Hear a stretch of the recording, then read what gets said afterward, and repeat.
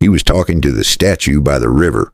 I am Turk Henry. A cold, silent witness, clutching a box of cash ransom for his abducted wife. Then the man in the black suit appeared. You couldn't do what you were told, could you? You couldn't do what you were told, the man in the black suit said. Their words twisted into an argument, raw and desperate. Then they fought, uncontrolled, savage like animals with nothing left to lose. That's when another company arrived. Both of you, out! Tied, he told them. Then the gunman shooting into the thin air. You were supposed to come alone. And then the man in the black suit again. He pulled a grenade, pin out, teeth bared. But before he could throw, something struck him. The vomit of this creature, this thing that had been lurking, waiting. They fought again, tangled, filthy, blind with rage.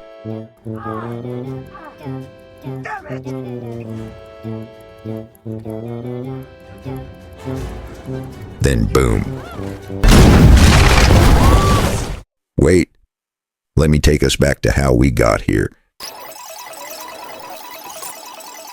He's sitting on a couch, not just any couch. This is the kind of couch that costs more than a used car, upholstered in leather so soft it feels like butter. The kind of couch that has probably never seen a spilled beer in its life. But Turk Henry doesn't care about that. Turk Henry is staring at the television. The television is enormous. It takes up most of the wall. It is playing a news program, and on that news program, a smirking anchor is talking about him. Turk Henry, former bassist for Metal Assassins, the legendary heavy metal band whose greatest hit, and let us be honest, their only hit anyone remembers, is a song called Teenage Ass Patrol.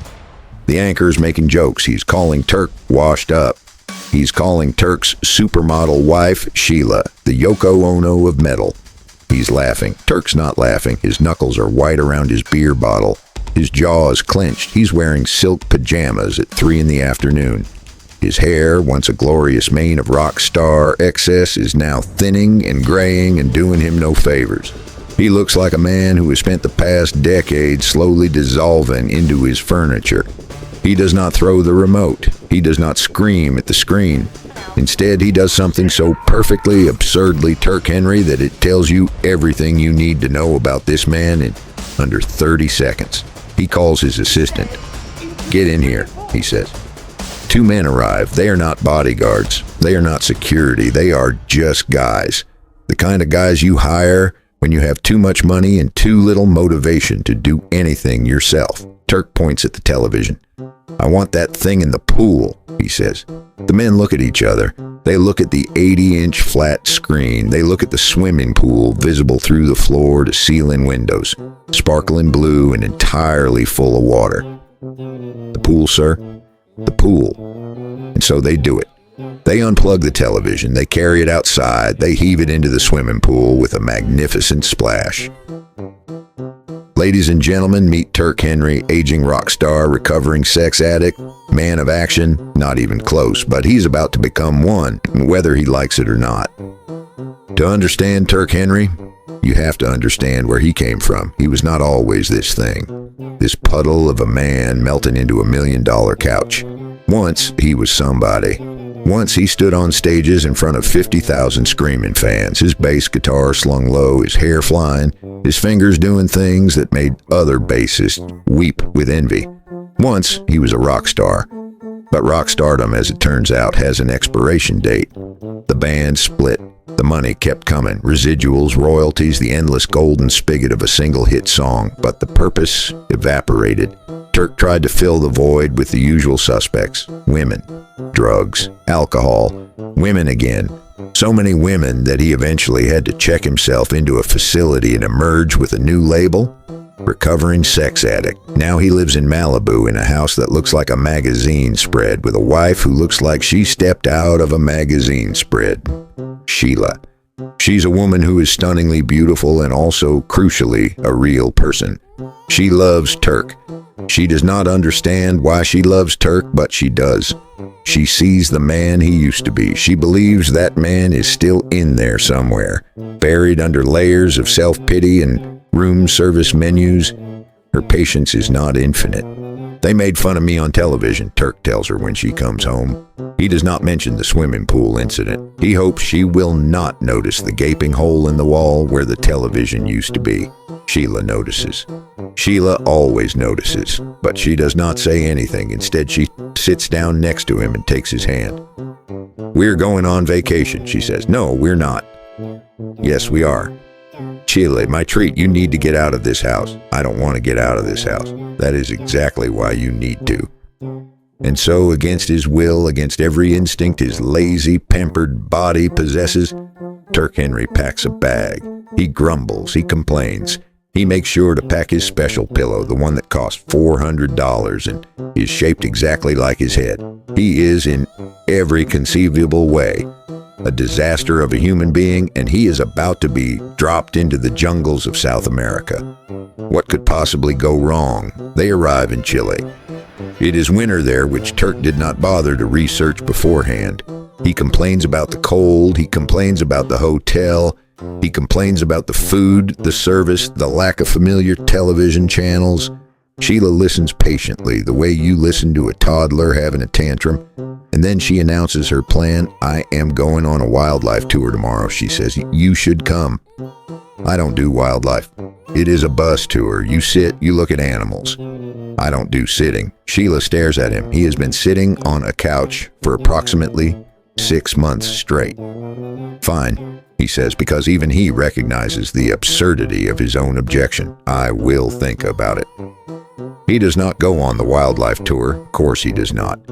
He stays at the hotel, orders a club sandwich from room service, which, as the movie takes great pains to establish, is the absolute peak of his organizational capabilities, and settles in for a day of doing nothing. Sheila boards the bus. She's surrounded by other tourists, mostly German retirees with fanny packs and comfortable shoes. They drive into the countryside. They look at birds. They look at trees. It is boring and peaceful and entirely unremarkable. And then the pirates arrive. Welcome. As we make our way up. Damn right. What are you doing? I thought this They are not good pirates. Let us be clear about this. They are not the pirates of the Caribbean with their elaborate costumes and their charmingly crooked smiles. These are men who have decided, approximately 9 hours ago, that piracy might be a viable career path. They do not have a ship. They do not have a plan. They have a few guns, a lot of desperation, and absolutely no idea what they are doing.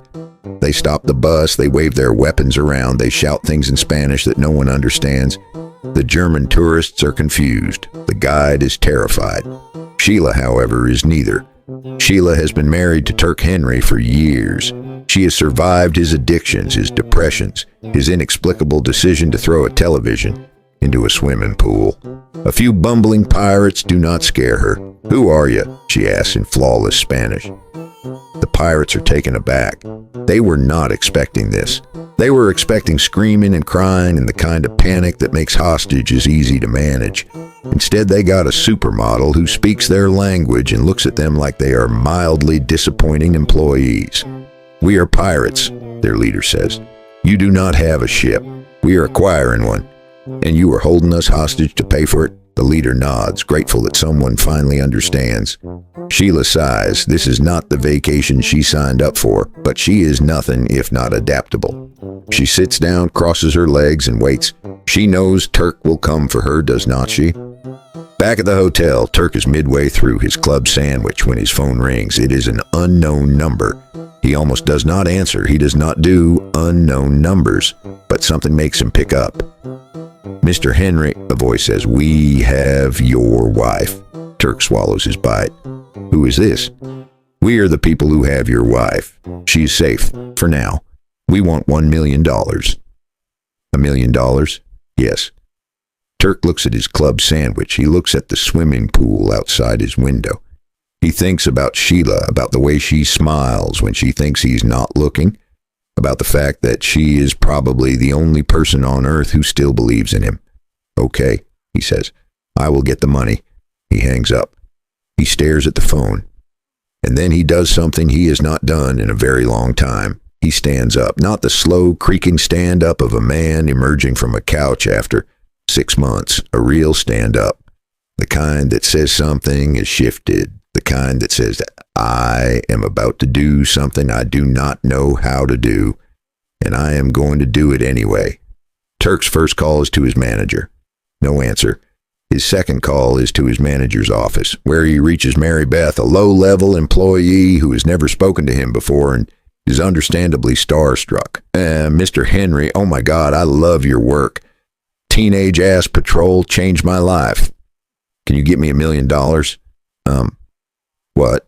Turk explains. Mary Beth listens. Within hours, she has done what his manager could not. She has mobilized the funds, wired the money, and booked herself on a plane to Chile to help him. She is, against all odds, his first ally. A mousy, unassuming office worker who has suddenly decided that she's going to help a rock star rescue his supermodel wife from pirates. The second ally arrives in the form of Juan Carlos. He's a fixer, the kind of shadowy figure who knows everyone, can get anything, and operates entirely in the gray areas of the law. He is skeptical of Turk from the moment they meet. You are the rock star. I'm the rock star. You look terrible. I'm aware. Juan Carlos agrees to help, not because he likes Turk, he clearly does not, but because he has his own reasons, a sense of duty, a need to prove something. The film never fully explains his backstory, and that's fine. Some men are mysteries. Juan Carlos is one of them. The third ally is the most unexpected of all. Daniel is a hostage recovery expert. He's also, and this is crucial, completely insane. He wears tactical gear. He talks about extraction protocols. He carries more weapons than is strictly necessary for a mission involving only one hostage and a group of pirates who have been at this for less than a day. We're going in hot, Daniel announces. We're going to pay the ransom, Turk corrects him. Paying the ransom is for cowards. Paying the ransom is for people who want their wives to survive. Daniel looks disappointed, but he comes along anyway, because that is what this crew does. They show up. They have no idea what they are doing, but they show up. There is, of course, a complication. There is always a complication. Ben Harding is an agent with the United States government. He's ambitious, arrogant, and deeply unhappy with his current assignment. He wants a promotion. He wants to be important, and he sees the kidnapping of Sheila Henry as his golden ticket. His plan is simple. Declare the kidnappers terrorists, invoke the Patriot Act, prevent the ransom from being paid, then swoop in with a dramatic rescue that will make him a hero. The fact that his plan puts Sheila's life at risk is, to him, a minor detail. The end justifies the means, or more accurately, his career justifies whatever he has to do to advance it. He arrives in Chile with a team of faceless agents. He intercepts Turk's attempts to pay the ransom. He threatens Mary Beth. He does everything in his power to turn a simple hostage situation into a geopolitical incident. Turk, who has never dealt with bureaucracy in his life, is baffled. Just let me pay them, he says. Cannot do that. Harding replies with a smug smile. Terrorism. They are not terrorists, they are pirates. Bad pirates. They have been at this for like a day. Still terrorism. You are going to get my wife killed. Harding's smile widens. That is a risk I am willing to take. This is the moment when Turk Henry, aging rock star and recovering couch potato, realizes that he cannot rely on anyone else. The government is useless. The system is broken. The only person who can save Sheila is him. And so, with a crew consisting of a mousy office worker, a mysterious fixer, and a completely unhinged mercenary, Turk Henry goes off the grid. He stops answering his phone. He stops following the rules. He becomes, for the first time in a decade, a man with a mission. What follows is a series of misadventures, each one more absurd than the last. There is a scene where Turk takes peyote because, of course he does, and has a hallucination in which he sees himself as a giant. It is surreal and strange and surprisingly moving. The giant Turk looks down at the tiny, pathetic version of himself and says nothing. The silence is the message. You could be more, the giant seems to say. You just have to decide to be. There is a scene where Turk wakes up in a log cabin surrounded by elderly Germans in lederhosen. They are friendly. They offer him schnapps. They have no idea who he is. For a moment, Turk forgets about the mission. He sits with them. He drinks. He laughs. And then he remembers. and he leaves, and the Germans wave goodbye as if he were a grandson heading back to college. There is a scene where Juan Carlos teaches Turk how to fire a gun. Turk is terrible at it. He flinches. He closes his eyes. He misses the target entirely. Juan Carlos watches him with barely concealed contempt. You have never held a gun before? I'm a bassist. We hold guitars. Same principle. No, it is not the same principle at all. But Turk keeps trying. He keeps missing. And then, slowly, almost imperceptibly, he starts to hit the target. His hands stop shaking. His eyes stay open. He learns, because that is what the movie is really about. Not the rescue, but the transformation. The slow, painful, hilarious process of a soft man becoming hard enough to save the woman he loves. While Turk stumbles through the jungle, Sheila is having her own adventure. She has, as it turns out, absolutely nothing to fear from her captors. They are incompetent. They are disorganized. They have no idea what to do with a supermodel who speaks their language, knows more about sailing than they do, and has absolutely no intention of being a passive victim. Sheila takes charge, not aggressively. She's too smart for that, but subtly. She suggests improvements to their camp. She gives them advice on hostage negotiation. She becomes, in essence, their consultant. The pirates are confused. They are also grateful. One of them, the youngest, starts to look at her with something like admiration.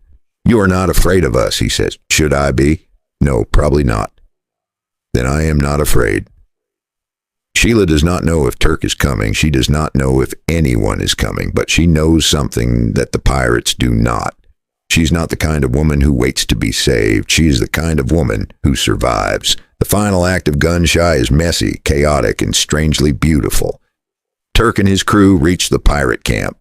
Ben Harding, the government agent, is right behind them, determined to screw everything up.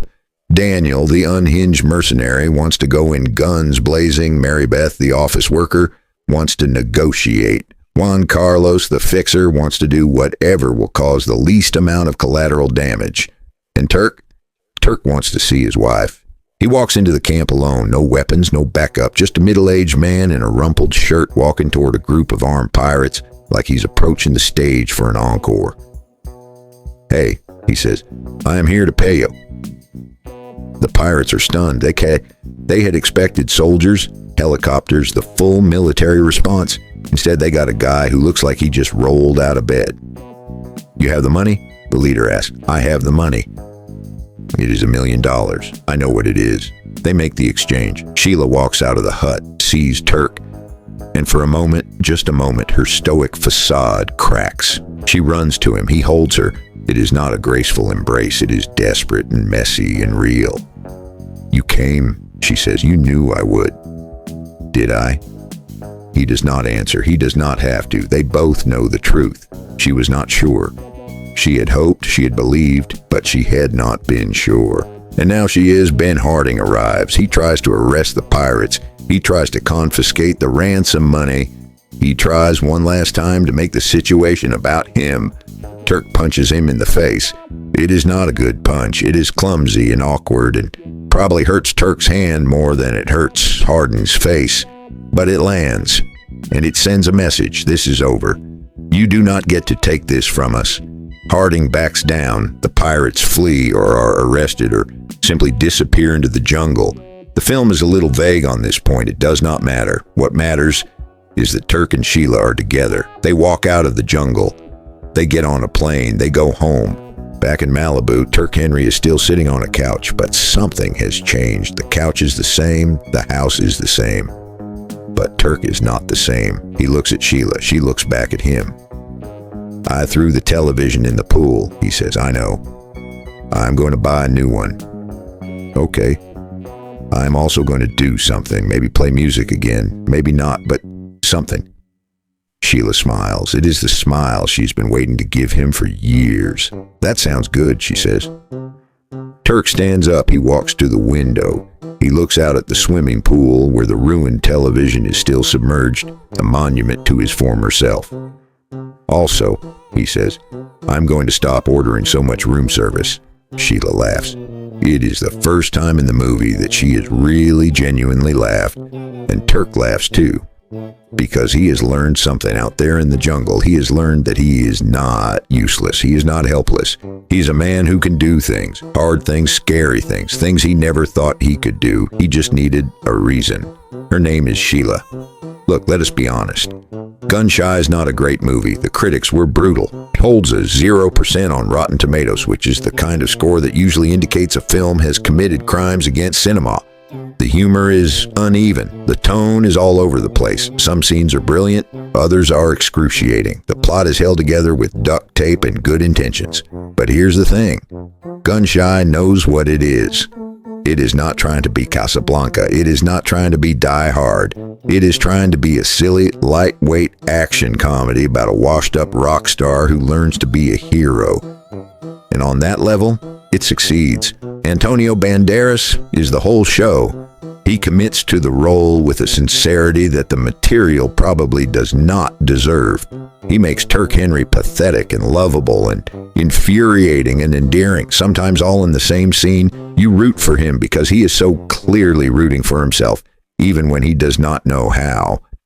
And there is something genuinely touching about the central relationship. Turk and Sheila love each other. That is not a plot point, it is a fact. They are messy and flawed and sometimes terrible at communication, but they love each other.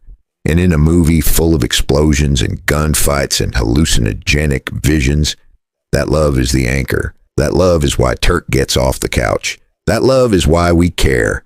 So yes, Gun-Shy is a bad movie, but it is a bad movie with a heart. And sometimes that is enough. The promotional posters for Gun-Shy featured a tagline that perfectly captures the film's spirit. Rock out with your Glock out. It is ridiculous. It is juvenile. It is exactly the kind of thing that Turk Henry would say, probably while drunk, probably while holding a gun he has no idea how to use. And that, more than anything, is why Gun-Shy deserves a place in the canon of guilty pleasures. It does not take itself seriously. It never pretends to be more than it is.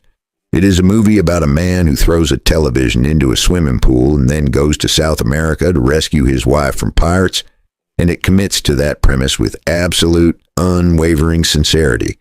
You cannot hate a movie like that. You can laugh at it. You can cringe at it. You can roll your eyes at its uneven jokes and its meandering plot.